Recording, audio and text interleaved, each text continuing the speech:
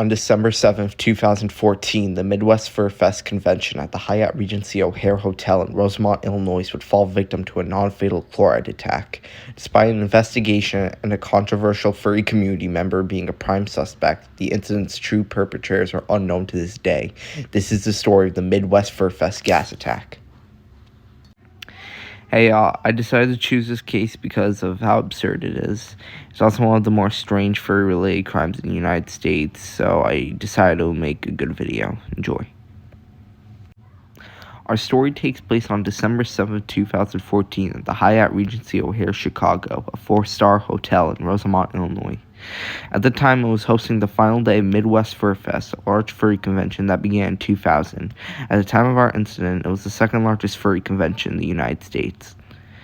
As everything began to wind down on the final day, a chemical smell began to spread throughout the hotel at around 12:45 a.m., which resulted in police arriving at the building as convention-goers were evacuated. As chemical teams began to comb the hotel, they discovered a large amount of chloride on a stairwell. It was clear that a chlorine bomb had been intentionally detonated. The evacuation was, to put it at best, chaotic. There were various furries in full-out BDSM gear, and some were partially or completely naked. Most of the guests were escorted to a dog show at the Donald E. Stevens Convention Center, which made quite the scene. Other than a messy evacuation, 19 furries would be treated for injuries related to the chloride inhalation, though none of their injuries were serious. The hotel was opened back up at 4:21 a.m. and an investigation would begin.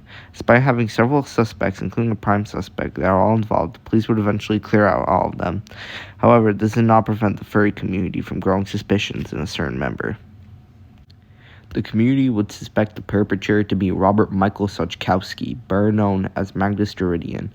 He was a fursuit designer known for creating Confederate furry suits, who was born on February 25, 1972.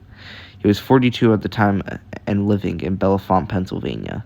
He had been arrested between 1999 and 2004 for charges including terroristic threats. Robert had been suspected of carrying out the gas attack due to his access to chlorine, as I believe he may have been working at a pool or some similar job.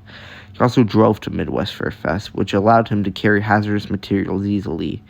He would be interviewed about the incident first, but would never be charged.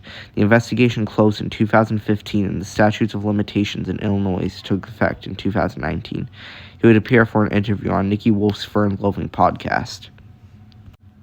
When the incident was first being reported, MSNBC hosts Mika Brzezinski and Joe Scarborough started laughing uncontrollably, and when the segment returned, Mika Brzezinski literally had to run off set due to how much she was laughing. This would deeply offend the furry community due to the dismissiveness of the segment.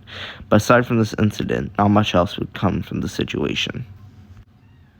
The Midwest FurFest gas attack is still unsolved. It's a very peculiar incident because of how odd the whole attack was.